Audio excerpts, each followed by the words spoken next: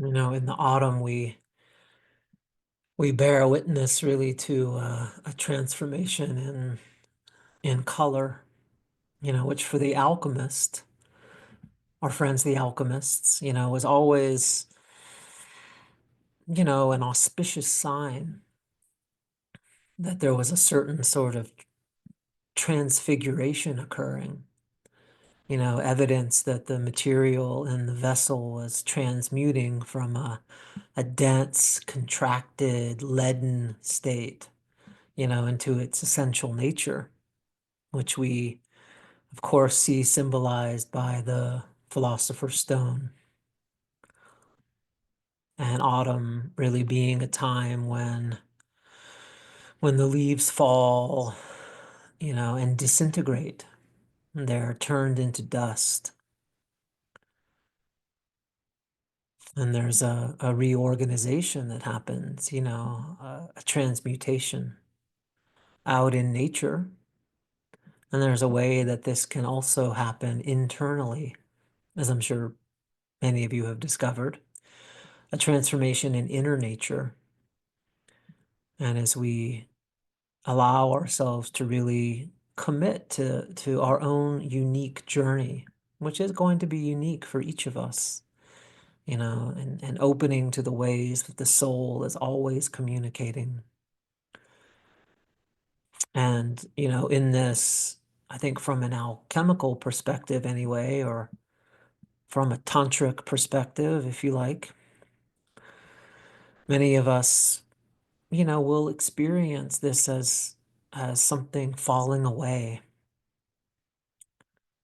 or sort of falling apart, as aspects of our lives or a piece of soul whose time it has come to move on, to make its way into the other world, to clear a space for something new to emerge, some new way of perceiving and participating, in the mystery of this life, in the sacred world.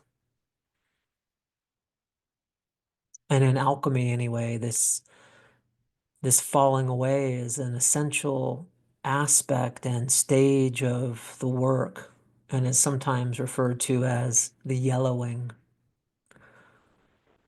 the alchemical yellowing, where something in my life, someone, or some way of being begins to yellow, to dissolve, to disintegrate, to come apart. It can be a challenging and an uncertain time.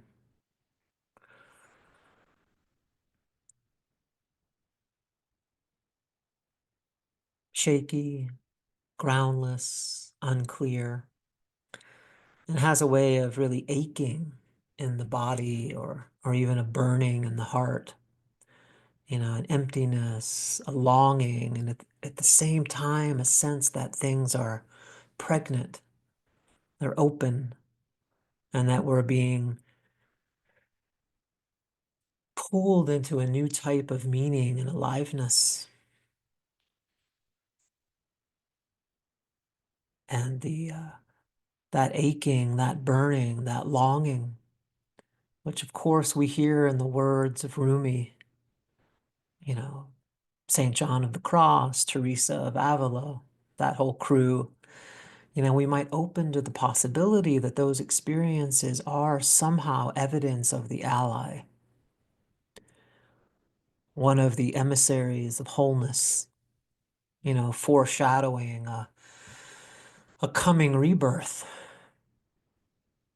But of course, it doesn't always feel like that in the moment, does it? Maybe it's our friend Hermes who is beginning to appear and is pulling back the veil just a bit so that we can see, cleansing our perception, polishing our hearts, washing out our subtle bodies from the inside out. Hermes being one of many trickster figures for sure, whose role it is to to connect or to link the various figures and wisdom centers in the psyche and the soul, to link them together and also to link the individual self, that's us, with ultimate reality, and to really reveal that unity. And so mythologically anyway, Hermes was the one who connected the gods to one another and who would ordinarily stay in their own realms apart from one another.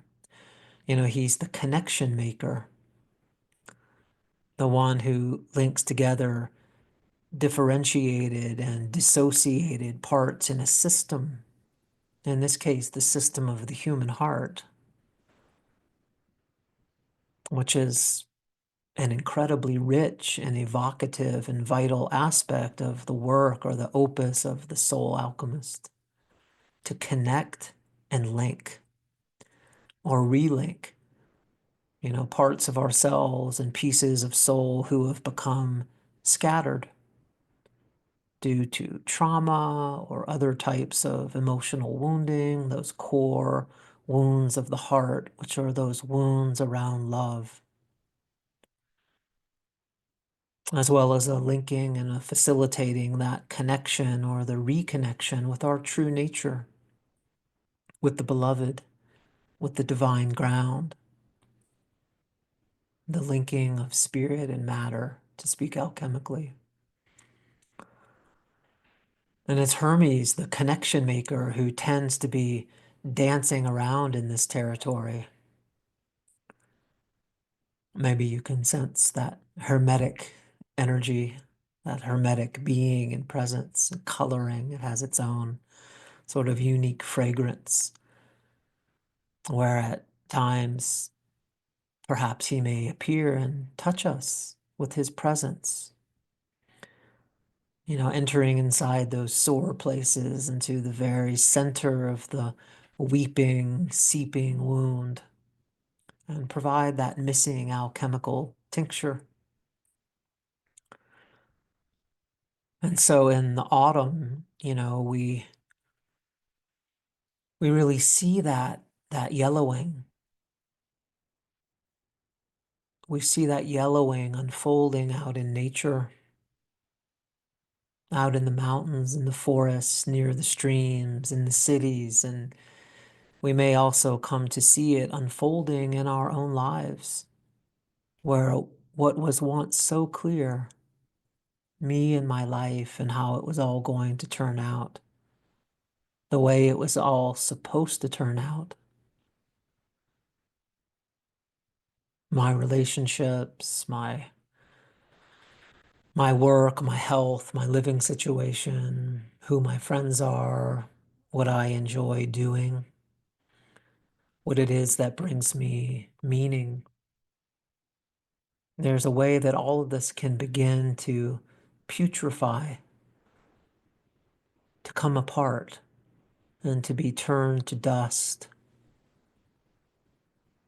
That dust, that gold dust being one of the important transformative symbols really on the alchemical or the mystical path, the particles that are left over from that process of yellowing, that inner recycling that tends to happen to a lot of us. And of course, we'd ordinarily think of that as maybe not so great, not so desirable, not necessarily as some sign from the self, as a vital process in the soul. I mean, who among us wants our lives to putrefy and our most precious beliefs and realizations taken to dust? I mean, do we ever just wake up in the morning and proclaim, oh yes, I want that? I mean, I think Rumi expressed that a few times, but we'll just leave him to the side for a moment. I'm sure he'll return. And so from an alchemical perspective, which is the perspective we're viewing all of this from in this particular circle that we've gathered with one another, This is a necessary process and an unfolding, a clearing of the space, and a precursor of wholeness, a sign of the activity of the ally, of the inner friend, who's behind the scenes most of the time, establishing the foundation for something new to emerge, often something that we didn't quite expect. True healing, true awakening, true transmutation will always surprise us. It will always be ego dystonic, meaning it's never going to conform to our hopes and fears. It's just too majestic, it's too wild, it's too undomesticated, it's too precious for all of that.